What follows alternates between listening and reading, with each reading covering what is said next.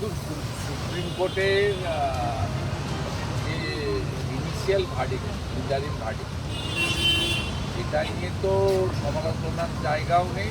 এটাকে প্রত্যেকটা ল abide সিটিজেনের welcome করা হবে। আমার যেটুকু ব্যক্তিগতভাবে মনে হয়েছে যে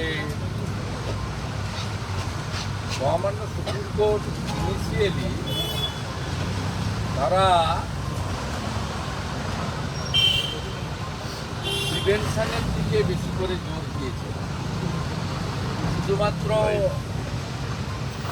মহিলা চিকিৎসক বা মহিলা চিকিৎসা কর্মী নন, সমগ্র চিকিৎসক সমাজ, চিকিৎসক সেবার সঙ্গে যারা যুক্ত, তাদের জন্য তারা একটা পার্মানেন্ট সলিউশন দিতে চান।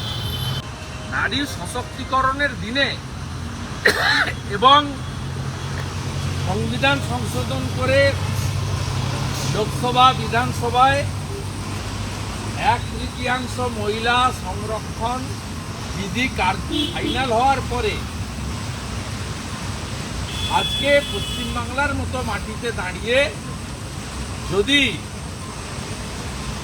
সরকার বলে, সরকারের মুখ্যমন্ত্রীর অ্যাডভাইসার বলেন নোটিফিকেশন করে যে মহিলারা রাত্রে ডিউটি না করাই ভালো, ডিউটি করলে কম সময়ের মধ্যে করা ভালো, তার মানে কার্যত নারী স্বাধীনতা, নারী সুরক্ষা, এটা নিয়ে সরকার হাত তুলে দিচ্ছেন যে রাত্রিবেলা মহিলাদেরকে আমরা নিরাপত্তা দিতে পারব না।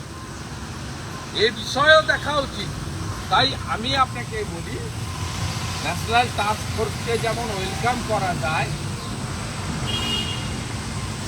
ফিউচার প্রিভেনশনের জন্য, যাতে আর একটা আর্জিকর না ঘটে, সাথে সাথে 9 এবং 14 যে হরিবল এক্সপিরিয়েন্স হয়েছে, 9 তো কোনো ক্ষমা নেই,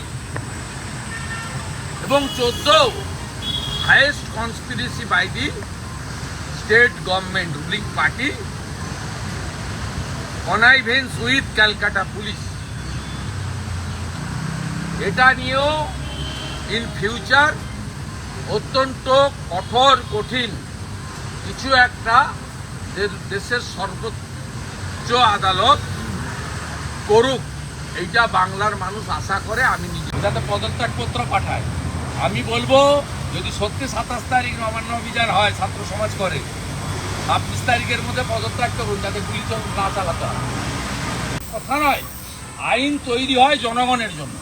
তাই জনগণ যদি কোনো জিনিসকে মনে করে যে আমরা বদলে দেব, পাল্টে দেব, জনগণ যদি মনে করে এটাই ঠিক, সেটাই ঠিক, সেখানে আইন কোনো কাজ করে না। এবং জনগণ এখন মনে করছে এই সমস্যার মূলাধার হচ্ছেন রাজ্যের মুখ্যমন্ত্রী। তাই একদম ছোট থেকে বড় সকলের মধ্যে একটাই আওয়াজ, দফা 1 দাবি 1, মুখ্যমন্ত্রী।